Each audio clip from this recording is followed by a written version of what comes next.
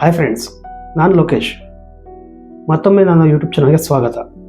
ಇವತ್ತು ನಾನು ನಿಮಗೆ ಬಾಡಿ ಮೆಜರ್ಮೆಂಟ್ ತೊಗೊಂಡು ಬ್ಲೌಸ್ ಹೇಗೆ ಕಟ್ ಮಾಡೋದು ಅಂತ ಹೇಳ್ಕೊಡ್ತೀನಿ. ಹಾಗಾಗಿ ಎಲ್ಲೂ ವಿಡಿಯೋನ ಸ್ಕಿಪ್ ಮಾಡದೆ ಕಂಪ್ಲೀಟಾಗಿ ನೋಡಿ. ಸ್ಕಿಪ್ ಮಾಡಿದ್ರೆ ಕೆಲವೊಂದು ಅರ್ಥಗಳು ನಿಮ್ಗೆ ಗೊತ್ತಾಗಲ್ಲ.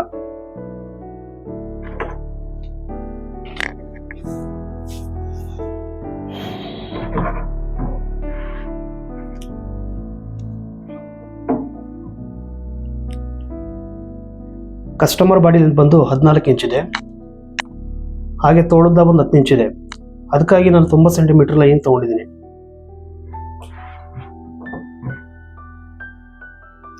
ಮೊದಲಿಗೆ ಕೆಳಗಡೆ ಒಂದು ಲೈನ್ ಹಾಕೊಳ್ಳೋದು,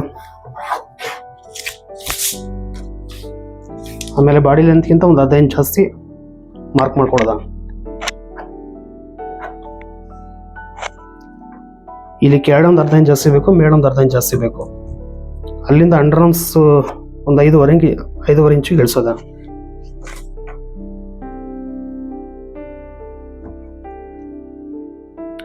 ಆಮೇಲೆ ಕಸ್ಟಮರ್ ಬ್ಯಾಕ್ ಡೀಪ್ ಬಂದು 8 ಇಂಚ್ ಇದೆ.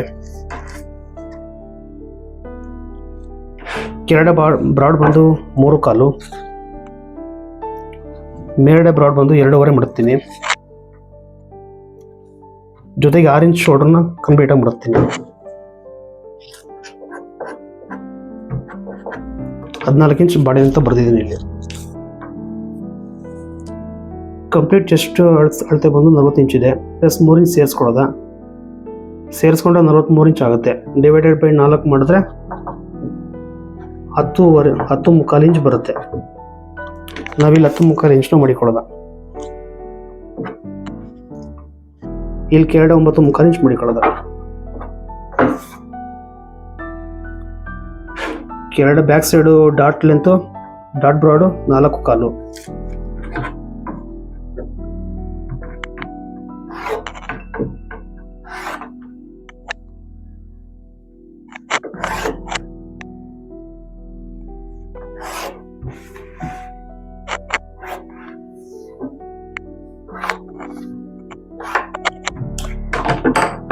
ಇದು ಬ್ಯಾಕ್ ಕಂಪ್ಲೀಟ್ ಮಾರ್ಕಿಂಗ್ ಆಗಿದೆ.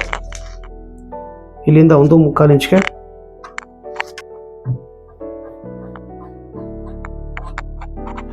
ಅಂಡರ್ ಆರ್ಮ್ಸ್ ರೌಂಡ್ ತಗೊಳ್ಳೋದು.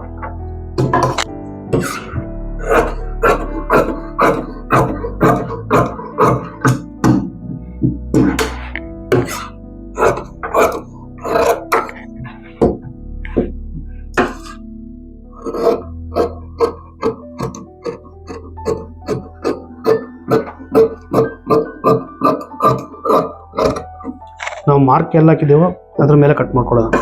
ಸೈಡಲ್ಲಿ ಮಾತ್ರ ಒಂದು 1/2 ಇಂಚ್ ಜಾಸ್ತಿ ಬಿಟ್ಕೊಳ್ಳೋದು.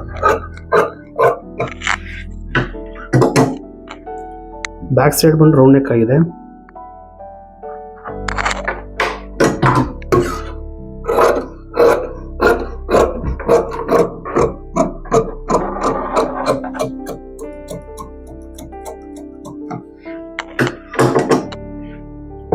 ಇದು ನಮ್ಮ ಬ್ಯಾಕ್ ಪೋರ್ಷನ್. ಈ ಫ್ರಂಟ್ ಪೋರ್ಷನ್ ನಾವು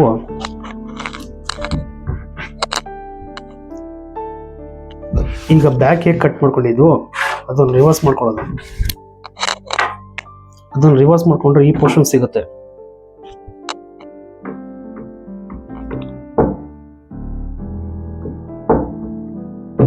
ಕರೆಕ್ಟಾಗಿ ಈ ಟೈಪ್ ಕೂರಿಸ್ಕೊಳ್ಳೋದು.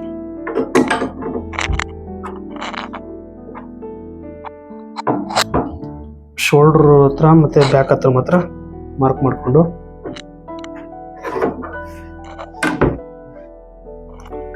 ಕಂಪ್ಲೀಟ್ ಮಾರ್ಕ್ ಮಾಡ್ಕೊಳ್ಳೋದು.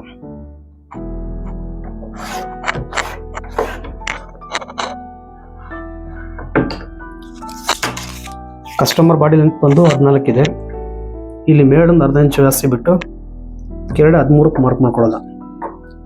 9.25 ಡಾಟ್ ಲೆಂತ್ ಬರುತ್ತೆ. 13.25 ಮಾರ್ಕ್ ಮಾಡ್ಕೊಂಡ್ರೆ 1/2 ಇಂಚ್ ಎಲ್ಲೂ ಕೆಳಗಡೆ ಎಕ್ಸ್ಟ್ರಾ ಕೊಡ್ಕೋಬೇಕಾಗುತ್ತೆ. ಒಟ್ಟು 13.25. ಫ್ರಂಟ್ ನೆಕ್ ಡಿಪ್ ಬಂದು 7 ಇಂಚ್ ಇದೆ. ಫ್ರಂಟು ಬ್ರಾಡು 3.25 ಮಾಡುತ್ತೀನಿ. Dot broad 4. ಸೇಮ್ ಅದೇ ಥರ ಮಾರ್ಕ್ ಮಾಡ್ಕೊಳ್ಳೋಣ.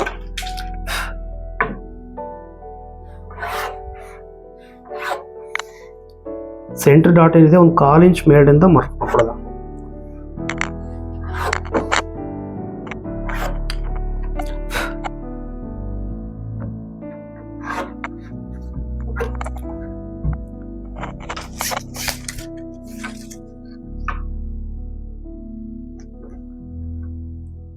ಕೆಳಗಡೆ ಡಾಟ್ಸ್ನ 3 ಇಂಚು, ಅಂದರೆ ಇಲ್ಲಿ 1.5, ಇಲ್ಲಿಗೆ 1.5, ಇಲ್ಲಿಗೆ 1.5.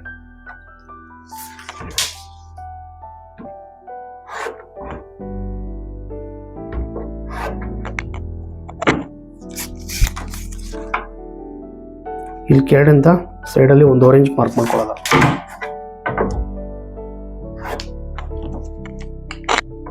ಇದು ನಮ್ಮ ಫ್ರಂಟ್ ಮಾರ್ಕಿಂಗ್ ಇರೋದು.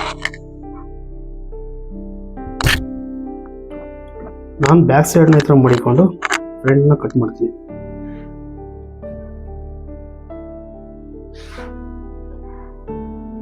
ಕರೆಕ್ಟಾಗಿ ನೋಡ್ಕೊಳ್ಳಿ.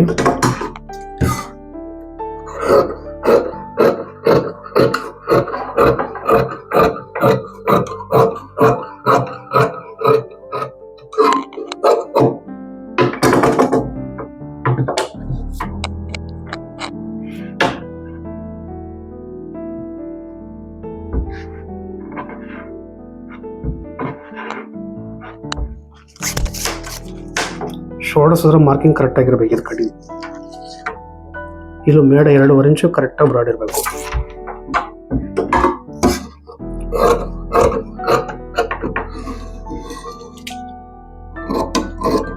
ಬಗಲ್ ಎಷ್ಟು ತೆಗೆದಿದ್ದೀವೋ ಅಷ್ಟೇ ತೆಗೆಯೋದ ಫ್ರಂಟ್ ಕೊಂಡುವೆ.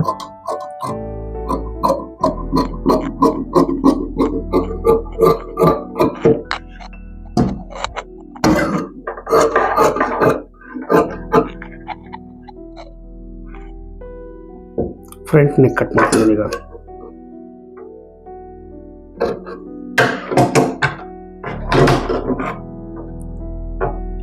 ಇದನ್ನ ಕರೆಕ್ಟಾಗಿ ಒಂದು ಮಾರ್ಕ್ ಮಾಡ್ಕೊಂಬಿಡಿ, ಇಲ್ಲಾಂದ್ರೆ ಆ ಕಡೆ ಈ ಕಡೆ ಹೋಗುತ್ತೆ.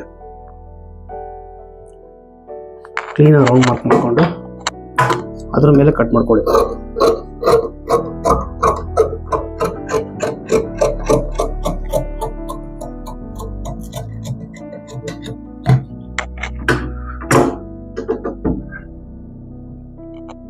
ಈ ನಮ್ಮ ಫ್ರಂಟ್ ಪೋರ್ಷನ್ ರೆಡಿ ಆಯಿತು. ಇಲ್ಲಿಂದ 1/2 ಇಂಚ್ ಎಕ್ಸ್ಟ್ರಾ ಒಳಗಡೆ ಭಾಗಕ್ಕೆ ಕಟ್ ಮಾಡ್ಕೊಳ್ಳಿ.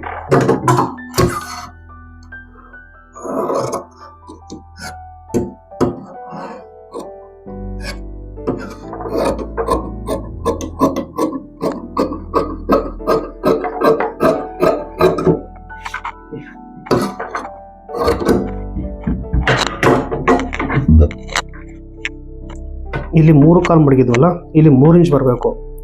ಏನಕ್ಕೆ ನಾವು 3 ಕಾಲು ಮಡದೆ ಅಂತ ಹೇಳಿದ್ರೆ, ಇಲ್ಲಿ ನಾವು ಕ್ರಾಸ್ ತಗೋಬೇಕಾಗತ್ತೆ. ಕ್ರಾಸ್ ತಗೊಂಡ್ರೆ ಈ ಚೆಸ್ಟ್ ಪೋರ್ಷನ್ ಕರೆಕ್ಟಾಗಿ ಫಿಟ್ ಆಗಿ ಕೊಡುತ್ತೆ, ಇಲ್ಲಾಂದ್ರೆ ಎತ್ಕೊಳ್ಳುತ್ತೆ ಅದನ್ನು.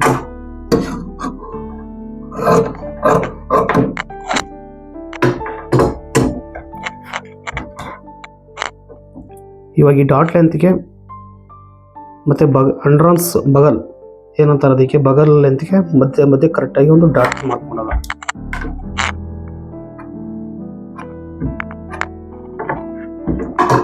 ಕಂಪ್ಲೀಟ್ ಆಗೋದಕ್ಕೂ ನ್ಯಾಶ್ ಮಾಡ್ಕೊಳ್ಳಿ.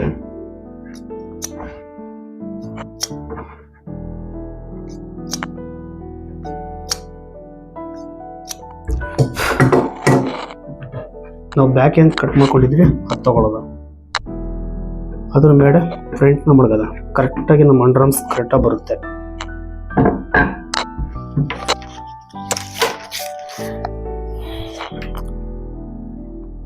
Front bind piece 4 inch length ಈ ಸೈಡ್ ಬರಬೇಕು.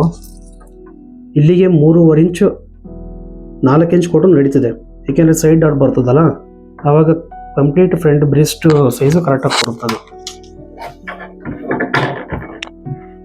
ಇಲ್ಲಿ ನಾವು ಫ್ರಂಟ್ ಪೋರ್ಷನ್ ತಗೊಂಡಿದ್ವಲ್ಲ ಈ ಸೈಡ್ ಬಟ್ಟೆ, ಅದನ್ನೇ ಬೈಂಡ್ ಪೀಸಿಗೆ ತಗೊಳ್ಳೋದ. ಕರೆಕ್ಟಾಗಿ ಜೋಡಿಸ್ಕೊಂಡಿದ್ದೀನಿ. ಕಸ್ಟಮರ್ ವೇಸ್ಟ್ ಸೈಜ್ ಬಂದು 34 ಇದೆ, ಅಷ್ಟೇ ರೆಡಿ ಮಡಗಿ. 8.5 ಪ್ಲಸ್ 2.5 11 ಇಂಚ್ ಲೆಂತ್ ಬರುತ್ತೆ.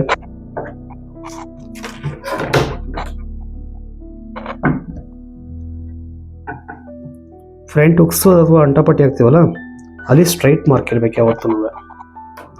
ಈ ಕಡೆ ಸೈಡ್ ಮಾರ್ಜಿನ್ ಬರ್ತದಲ್ಲ, ಅಲ್ಲಿ ಒಂದು ಸ್ವಲ್ಪ ಒಂದು 1/2 ಇಂಚ್ ಕ್ರಾಸಾಗಿ ಕಟ್ ಮಾಡ್ಕೊಳ್ಳಿ. ನಾನು ಇಲ್ಲಿ 4 ಇಂಚೇ ಮಡ್ಕೊಂಡಿದ್ದೀನಿ. ಇಲ್ಲಿ ನಾನು 4 ಕಾಲು ಮಾಡ್ತಿದ್ದೀನಿ. ಇದನ್ನು ಈ ಥರ ಶೇಪಾಗಿ ಕಟ್ ಮಾಡಬೇಕು.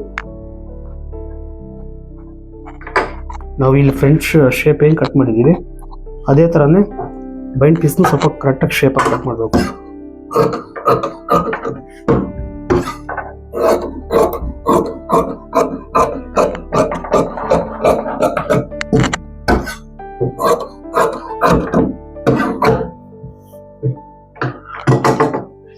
ಇದು ಕಟ್ ಮಾಡೋ ಈ ಥರ ಮಡಗ್ ನೋಡಿ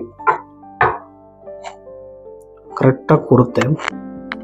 ಇನ್ನು ನಿಮಗೇನೋ ಜಾಸ್ತಿ ಆಯಿತು ಅಂತ ಹೇಳಿದ್ರೆ ಈ ಅಂಚ್ ಪೀಸ್ನ ತೆಗೆದ್ಬಿಡು.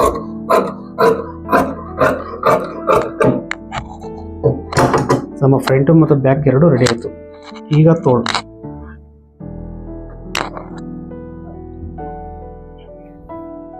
ತೋಳ್ನ ಮಿಕ್ಕಿದ ಬಟ್ಟೆ ಇದೆಯಲ್ಲ ಅದನ್ನು ಡಬಲ್ ಫೋಲ್ಡ್ ಮಾಡ್ಕೊಳ್ಳಿ. ಅಂದರೆ ಇಲ್ಲಿ 4 ಲೇಯರ್ ಇರ್ತದೆ. ಸಿಂಗಲ್ ಅಲ್ಲಿ 2 ಇದೆ, ಕೆಳಗಡೆ 2 ಇದೆ.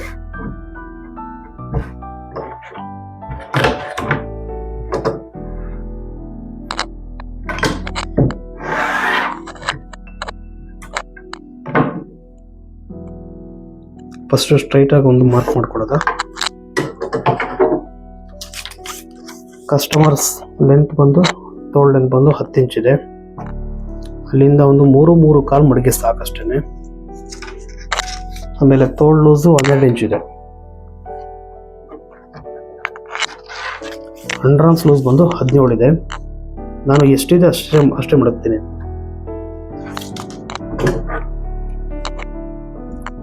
ಕಂಪ್ಲೀಟ್ ಎಲ್ಲಾನು ಈ ಥರ ಮಾರ್ಕ್ ಮಾಡ್ಕೊಳ್ಳಿ.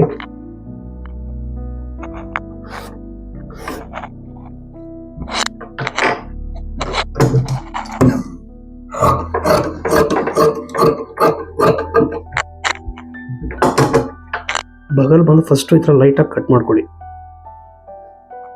ಇಲ್ಲಿಂದ 1/2 ಇಂಚ್ ಎಕ್ಸ್ಟ್ರಾ ಬೇಕು, ಯಾಕೆಂದ್ರೆ ಸ್ಟಿಚ್ ಮಾಡ್ಬೇಕಾದ್ರೆ ಮಾರ್ಜಿನ್ ಹೋಗುತ್ತೆ. ಇಲ್ಲಿ ನೀವು ರೆಡಿ ಕಟ್ ಮಾಡಿದ್ರೆ ತೊಳೋದ ಕಮ್ಮಿ ಆಗತ್ತೆ.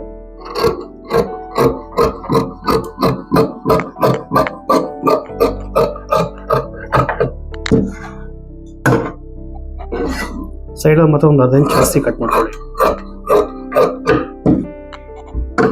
ಸೆಂಟ್ರ್ ಮ್ಯಾಚ್ ಮಾಡ್ಕೊಳ್ಳಿ. ಇದನ್ನ ಈ ಥರ ಡಿವೈಡ್ ಮಾಡಿದ್ರೆ ಕಂಪ್ಲೀಟ್ ಸ್ಲೂಸ್ ಆಗುತ್ತೆ. ಅದರಲ್ಲಿ ನೀವು ಸ್ವಲ್ಪ ಲೈಟಾಗಿ 1 ಇಂಚ್ ಅಷ್ಟು ಶೇಪ್ ಕೊಟ್ಕೊಡಿ. ಇಲ್ಲಿ ಮೇಡೆ ಕೊಡೋಕೆ ಹೋಗ್ಬೇಡಿ, ಮೇಡೆ ಇಷ್ಟೇ ಇರಬೇಕು. ಕೆರಡೆ ಹೋಗ್ತಾ ಹೋಗ್ತಾ ಲೈಟಾಗಿ ಆಕಾರದ ಬರ್ಬೇಕಿದನ್ನು. ಇಲ್ಲಿ ನಾನು ಫ್ರಂಟಲ್ಲಿ ಮ್ಯಾಚ್ ಮಾಡ್ಕೋತೀನಿ. ಏನಕ್ಕೆ ಅಂದರೆ ಫ್ರಂಟು ಬ್ಯಾಕು ಸ್ಟಿಚ್ ಮಾಡ್ಬೇಕಾದ್ರೆ ನಂಗೆ ಗೊತ್ತಾಗುತ್ತೆ. ಇದನ್ನು ಮತ್ತೆ ಸಿಂಗಲ್ ಫೋಲ್ಡ್ ಮಾಡಿದಾಗ ಮೊದಲು ಶೇಪ್ ಬರ್ತದೆ. ಸ್ವಲ್ಪ ಲೈಟಾಗಿ ಒಂದು 1/2 ಇಂಚು ಕಟ್ ಮಾಡ್ಕೋತೀನಿ.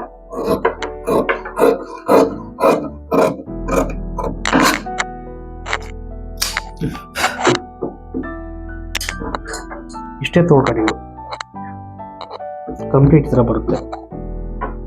ಸ್ಟಿಚ್ ಮಾಡೋದನ್ನ ನೀವು ಏನಾದ್ರು ಕಮೆಂಟ್ ಮಾಡಿ ವಿಡಿಯೋಗೆ ಲೈಕ್ ಕೊಟ್ಟು ಕಮೆಂಟ್ ಮಾಡಿದ್ರೆ ಬ್ಲೌಸ್ ಸ್ಟಿಚಿಂಗ್ ಹೇಗೆ ಮಾಡೋದು ಅಂತ ನಾನು ವಿಡಿಯೋ ಮಾಡಿ ಹಾಕ್ತೀನಿ.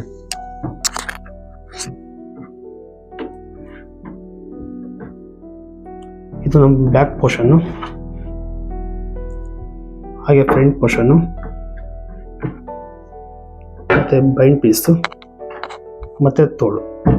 ಇಷ್ಟೇ ಬ್ಲೌಸ್ ಕಡೆ.